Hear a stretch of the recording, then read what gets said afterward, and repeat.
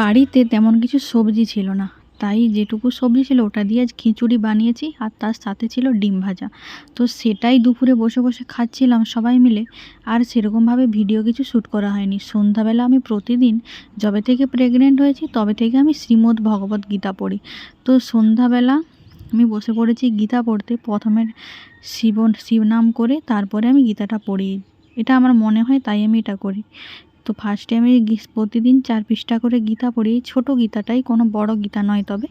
তো সেই সন্ধ্যাবেলার দিকে ভগবানকে ধূপ দিয়ে সন্ধ্যা দিয়ে দিয়েছি, তারপরে গীতাটা পড়তে শুরু করেছি।